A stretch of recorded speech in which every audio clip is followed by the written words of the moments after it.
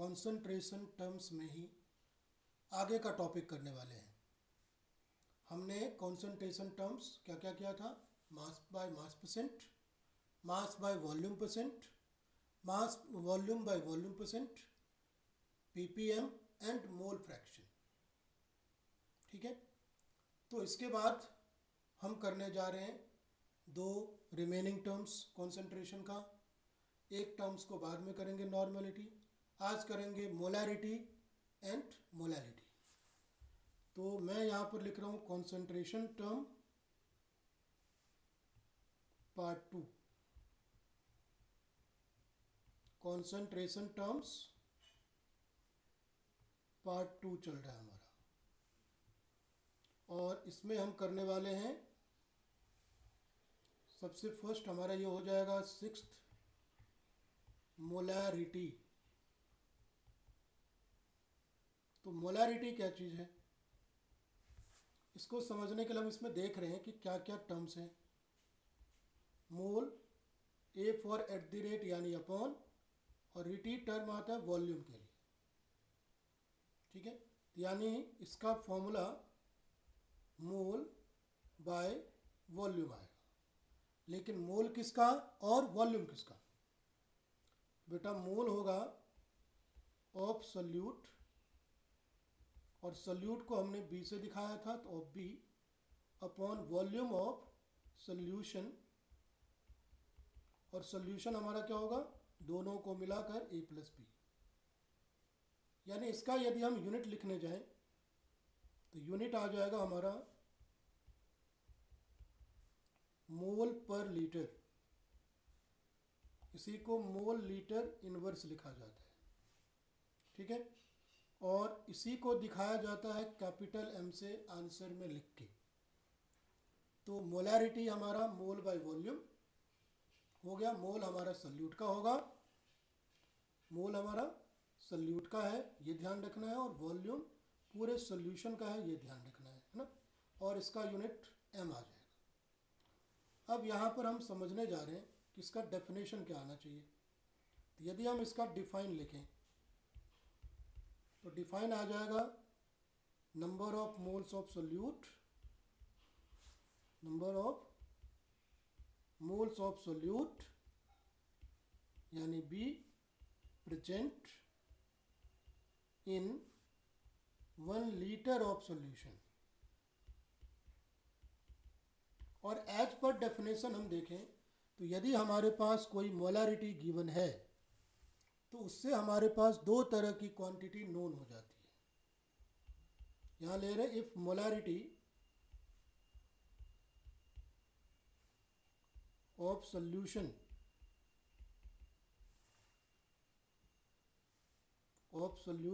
Is, if solution is हमें given है, मान लो 2 मोलर। क्या गिवन है? 2 मोलर। तो बेटा इसका मतलब हुआ 2 मोल्स ऑफ सॉल्यूट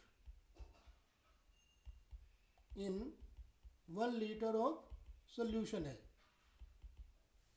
यानी हमारे पास मोल ऑफ सॉल्यूट आ गया हमारे पास 2 moles, and volume of solution 1 litre, और यदि ml में रिक्वायरमेंट होगी तो 1000 ml।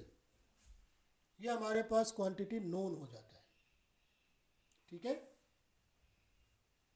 तो इसके बाद हमारा जो नेक्स्ट वाला टर्म है 7th, वो हमारा है मोलैलिटी। ध्यान देंगे इसमें जो टर्म है वो किस पर ध्यान देना है। यहाँ पर एक लिटी लगा हुआ है, इसका मतलब होता है वेट। लेकिन वेट किसका? तो इसका यदि हम फॉर्मूला लिखें तो फॉर्मूला आ जाएगा, मोल तो मोल हो गया, अपॉन में वेट W से दिखाते हैं, मोल हमारा B का, और वेट रहेगा सॉल्वेंट का। यानी number of moles of solute upon given weight of solvent. लेकिन ये सॉल्वेंट का जो वेट होगा ये केजी में लेना है। ठीक है, तो हमारे पास यदि हमें केजी में गिवन ना हो, यदि हमारे पास ग्राम वेट गिवन हो और इसको हम स्मॉल m से डिनोट कर देते हैं, स्मॉल m यानी molality equal to mole of solute upon WA यानी गिवन वेट, यदि ग्राम में है ऊपर हम 1000 से मल्टीप्लाई कर लेंगे और इसका यूनिट आ जाएगा, यूनिट क्या आएगा, मोल पर केजी, यानी मोल केजी पावर -1 इनवर्स। और इसी को हम स्मॉल m लिख के दिखा सकते हैं। और डेफिनेशन हमारा क्या बनेगा, number of moles of solute यानी B in 1 kg of solvent. एक यही कॉन्सेंट्रेशन का यूनिट ऐसा है जिसमें हम सॉल्वेंट के बेसिस पर कॉन्सेंट्रेशन को देख रहे हैं, बाकी में हम ओवरऑल सॉल्यूशन के बेसिस पर लेते थे। ठीक है, तो इसमें भी हमारे पास यदि वैल्यूज़ गिवन हो तो हमारे पास दो तरह की क्वांटिटी नोन हो जाती है। तो क्या क्या, if 3 molality of solution is given, इसका मतलब क्या हो गया, it means moles of solute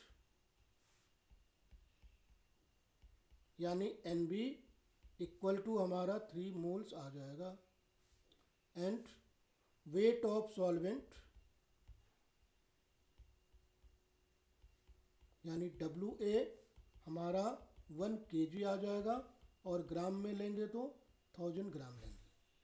यदि हमें अब वेट ऑफ सोल्यूशन निकालना होगा, to calculate weight of solution का मतलब WA प्लस WB फाइंड करना चाहते हैं, तो हमारा क्या आएगा, एक तो 1000 ग्राम WA रहेगा प्लस में WB, और 1000 प्लस WB यानी गिवन वेट ऑफ सोल्यूट हमारा क्या हो जाएगा, mole of solute into molar mass of solute आ जाएगा, मोलर मास ऑफ सोल्यूट। तो मैं यहाँ MB दिखा रहा हूँ, मोलर मास ऑफ B। ठीक है, ये पॉइंट भी आपको याद रखना है। यदि हम सोल्यूशन का वेट निकालेंगे तो 1000 plus mole of solute into molar mass of solute करेंगे, यदि हमें कभी रिक्वायरमेंट हुई तो, है ना। तो अब इसके बाद मान लीजिए हमारे पास गिवन है question, if the solution has molarity of 5 molar, find weight of solution, यानी टोटल वेट सॉल्यूशन का निकालें तो क्या आ जाएगा बेटा, वेट ऑफ सॉल्यूशन यानी WA plus WB equal to 1000 gram, तो पहले से आ गया क्योंकि 5M हमें दिखा रहा है, इसमें 1000 ग्राम छुपा हुआ है। ठीक है, और साथ में 5 मोल है हमारे पास, यानी हमें क्या मिल जाएगा यहाँ पर, NB इंटू MB, और इसमें हमें डिनोटेड रहेगा 5M सॉल्यूशन हमारा है क्या चीज़ का, 5M ऑफ ले लेते हैं NaOH। तो बेटा यहाँ पर क्या आ जाएगा, 1000 प्लस मोल ऑफ सोल्यूट हमारा 5 है, और NaOH का मोलर मास 40 आ जाएगा, यानी 1200 ग्राम टोटल सॉल्यूशन का वेट आ जाएगा। इसकी बहुत ज़्यादा इंपॉर्टेंस है, ये सब ध्यान रखना। ठीक है, तो अब हम यहाँ पर कर रहे हैं कि कभी कभी हम सॉल्यूशन का डाइल्यूशन करते हैं, सॉल्यूशन को डाइल्यूट करते हैं, तो हम लोग यहाँ पर देखेंगे डाइल्यूशन फॉर्मूला। सॉल्यूशन को यदि हम डाइल्यूट करने जा रहे हैं, अब डाइल्यूट करने का दो मेथड है। Method number 1, if solvent is added, यदि मान लो हमें वाटर उसमें सॉल्वेंट है और हम एक्स्ट्रा वाटर ऐड करने जा रहे हैं, तो हमें पूछा जाएगा नई मोलैरिटी क्या हो जाएगी। इसके लिए हम मान लेते हैं कि M1 हमारे पास है molarity of the given solution, molarity of the given solution, और M2 ले लेते हैं मोलैरिटी ऑफ डाइल्यूट सॉल्यूशन यानी new solution, molarity of dilute solution यानी न्यू सॉल्यूशन। अब यहाँ पर वॉल्यूम V1 ले लेते हैं, volume of the given solution, जो सॉल्यूशन हमारा पहले से गिवन है उसका, और V2 ले लेते हैं volume of dilute solution, volume of dilute solution. बेटा हमने वॉल्यूम और मोलैरिटी तो चेंज कर दिया, बट नंबर ऑफ मोल तो सेम रहेगा। यहाँ पर पॉइंट ये याद रखना है, molarity and volume, on changing molarity and volume, on changing molarity and volume, number of moles does not change.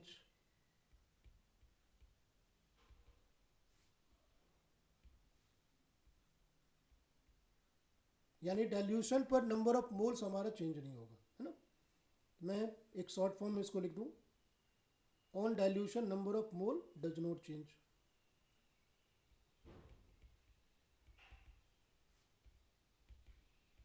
क्योंकि नंबर ऑफ मोल्स जो है वो सॉल्यूट का है और सॉल्यूट में हम कुछ कर नहीं रहे, डज नॉट चेंज। इस पॉइंट को ध्यान में रखना है, ठीक है। मैं इसको थोड़ा क्लैरिटी से लिख देता हूं, ठीक है। तो इसका मतलब बेटा number of mole first condition में यानी गिवन सॉल्यूशन का, ये हम ले लेते हैं number of moles of solute in the given solution, यानी हमें जो पहले से गिवन सॉल्यूशन है उसका, और N2 ले लेते हैं number of moles of solute in the dilute solution. Dilution करने के बाद नंबर ऑफ मोल क्या हो जाएगा, ठीक है। बेटा यहाँ पर ऊपर जो हमने लिखा है ये पॉइंट, इस पॉइंट का क्या मीनिंग है?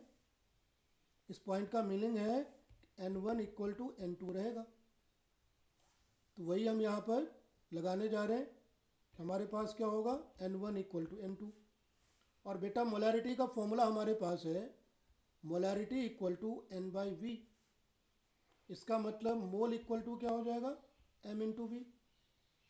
उसी को हम यहाँ पर लगाएं सॉल्यूशन गिवन के लिए और सॉल्यूशन डाइल्यूट के लिए, कैसा हो जाएगा, यही हमारा मोलैरिटी इक्वेशन या डाइल्यूशन फॉर्मूला कहलाता है, ठीक है। अब दूसरा केस क्या है डाइल्यूट करने का? डाइल्यूट करने का second method, on mixing two और more solutions of same substance, same components, same component के टू और मोर सोल्यूशन को हम मिक्स करने जा रहे हैं। इससे भी डाइल्यूशन हो सकता है क्योंकि एक का कॉन्सेंट्रेशन कम और एक का ज़्यादा हो सकता है, ये कॉन्सेंट्रेशन ऑलमोस्ट बीच वाला आ जाएगा। इसके लिए हम क्या करेंगे, सपोज कर लेते हैं यहाँ पर suppose two solutions having molarity and volume respectively M1 and M2, दोनों की मोलैरिटी मान लेते हैं M1 and M2 and volume ले लेते हैं V1 एंड V2। ठीक है, इन दोनों को मिक्स करने जा रहे हैं। द रिजल्टिंग सॉल्यूशन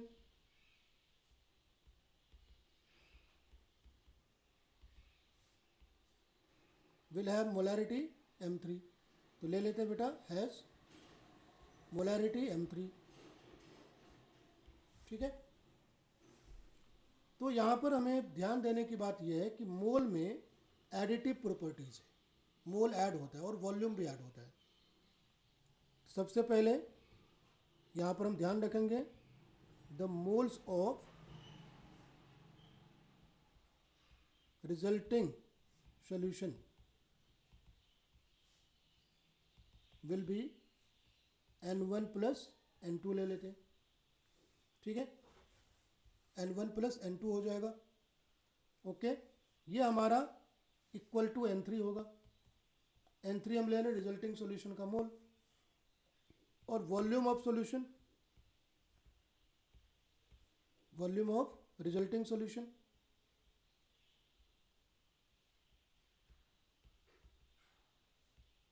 तो वॉल्यूम ऑफ रिजल्टिंग सॉल्यूशन क्या हो जाएगा, वॉल्यूम में भी additive property V1 plus V2 आ जाएगा, ये हमारा V3 हो जाएगा। तो यदि हम यहाँ पर देखें कि बेटा sum of number of moles N1 plus N2 equal to N3 है, इसका मतलब N1 का फॉर्मूला M1 प्लस V1 हो गया, इसका फॉर्मूला M2 प्लस V2 हो गया, और इसका फॉर्मूला हो जाएगा फिर N3 इंटू V3। बेटा यहाँ पर क्या आ जाएगा,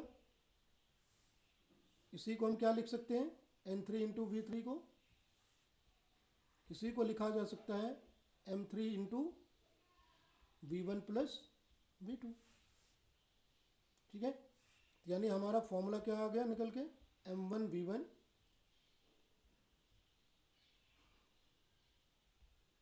plus M2 V2 equal to M3 V3। यदि हमने 3 सॉल्यूशंस इफ आर मिक्स्ड, तो यही फॉर्मूला क्या बदल जाएगा, M1 V1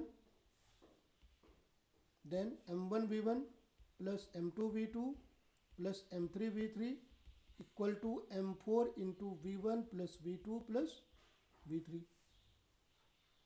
ठीक है, अब जरा केस नंबर 1 लेते हैं जो हमने किया था। बेटा केस नंबर 1 में यदि हमें पूछा जाए वॉल्यूम ऑफ सॉल्वेंट एडिड, तो जो बेटा फाइनल वॉल्यूम है उसमें से हम गिवन सॉल्यूशन का जो वॉल्यूम था उसको हम माइनस कर लेंगे। अब इन दोनों फॉर्मूले में यदि हमें यूनिट लेना पड़ेगा वॉल्यूम का, तो वॉल्यूम का यूनिट हम कोई एक लेंगे, या तो ml या लीटर या सेंटीमीटर क्यूब, जो भी गिवन है। लिखेंगे unit of volume must be same, unit of volume in molarity equation या dilution formula must be same.